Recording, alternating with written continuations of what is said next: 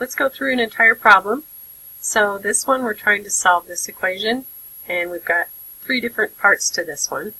We're going to start out by solving it over the interval from 0 to 90 degrees. So we want our answer to be in degrees for this one. If we look at our equation, this one just has one trig function in it, and it's in linear form because there's no sine squared or anything like that anywhere. So all we have to do to start with is solve this for sine of theta. We just want to get sine of theta by itself on one side. We're going to add 1 to each side,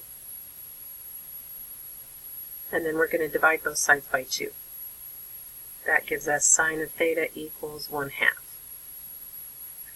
Now for this part, we're only trying to find solutions between 0 and 90 degrees.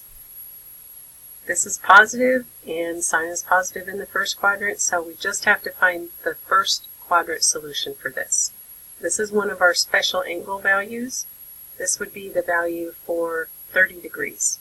And if you did the inverse sine of 1/2 on your calculator, in degree mode, it would give you the answer of 30 degrees also.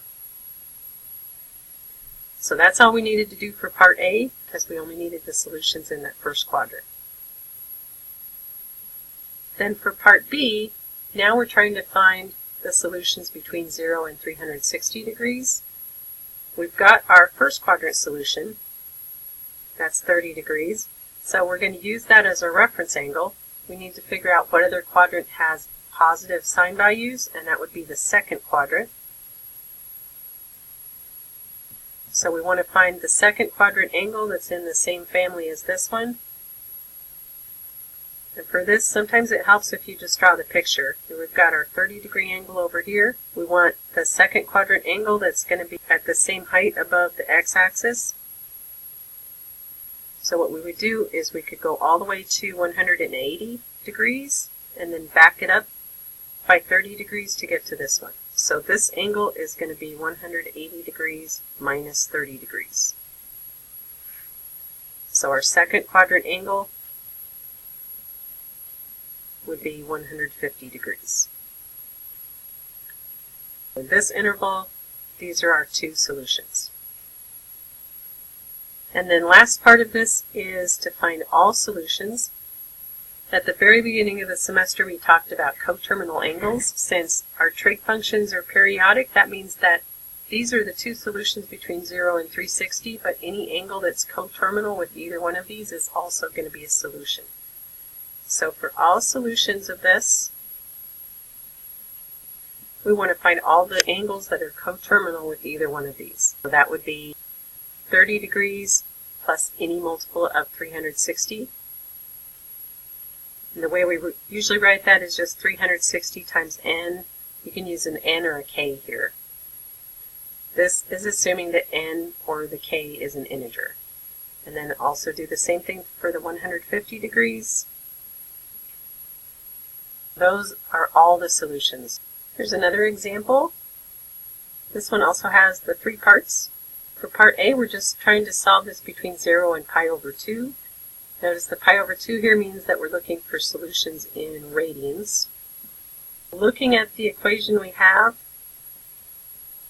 this only has one trig function in it, and it's linear in form because there's nothing that's squared or to any higher exponent. We want to start out by solving for tangent of theta. That means, first of all, we probably want to distribute our 25. Then we could add 50 to both sides.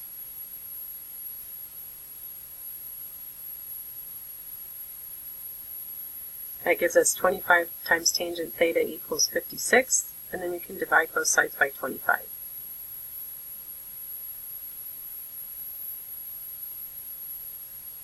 This is a positive value, so we know we would have a solution in the first quadrant. And for this first part, we're just looking for a first quadrant solution.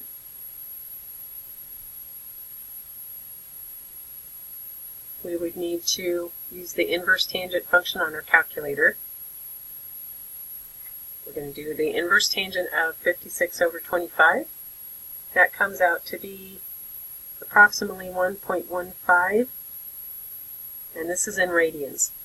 Remember, whatever your interval shows you, whether it's radians or degrees, you have to put your calculator in that mode if you're going to use your inverse trig functions to solve it.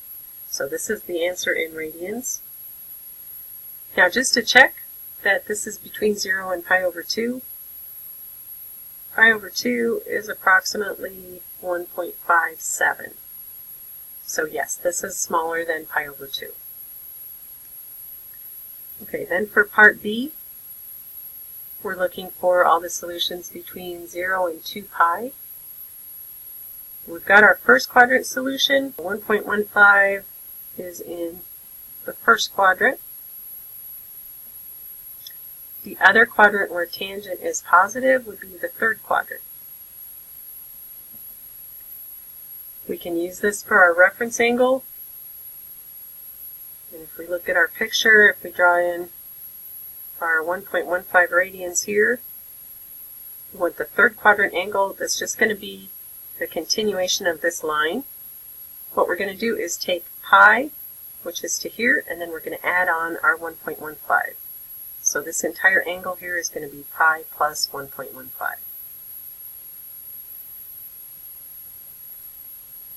The approximation for that would be 4.29. And that is smaller than 2 pi, because 2 pi is about 6.28.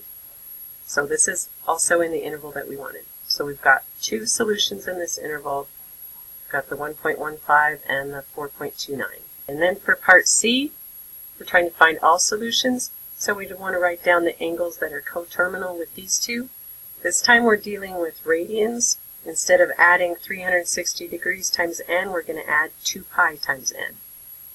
We're going to add that to this one. That gives us any coterminal angle, and also the same with the 4.29. And again, some places you'll see this as a k instead of an n, and you also might see the n written before the pi. It doesn't really matter. It's just talking about integer multiples of 2 pi.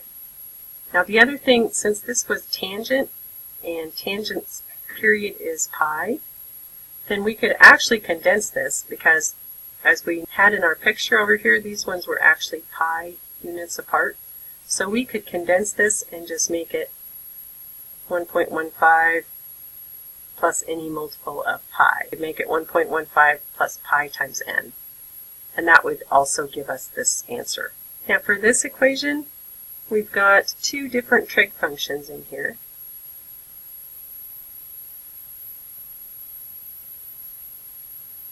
So what we want to do is get everything on one side so that we've got a 0 on the other side. To do that, we can just subtract tangent of theta from both sides.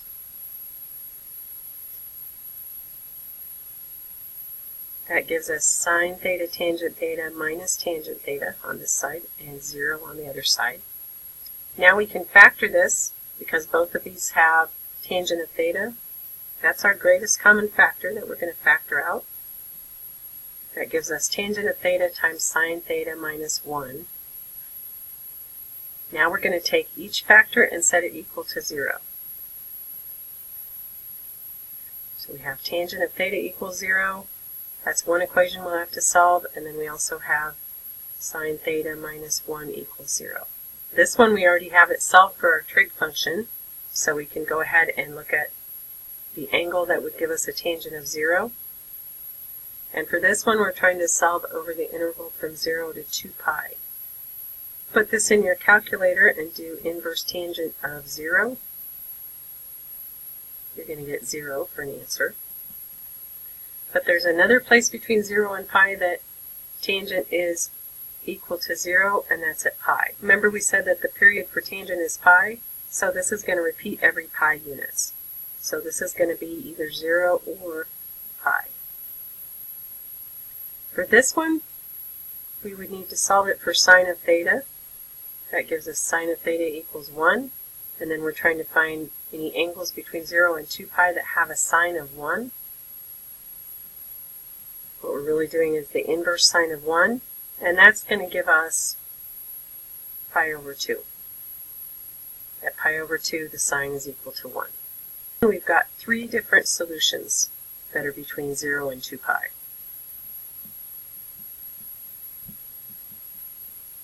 Now, if we're trying to do all solutions, we want all the coterminal angles with these three.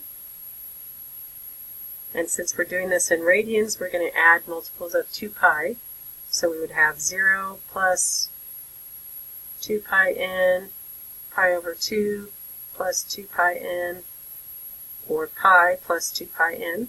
And this one, again, we could take these two, the first one and the last one, and we could condense that into one, because this is going to repeat every pi.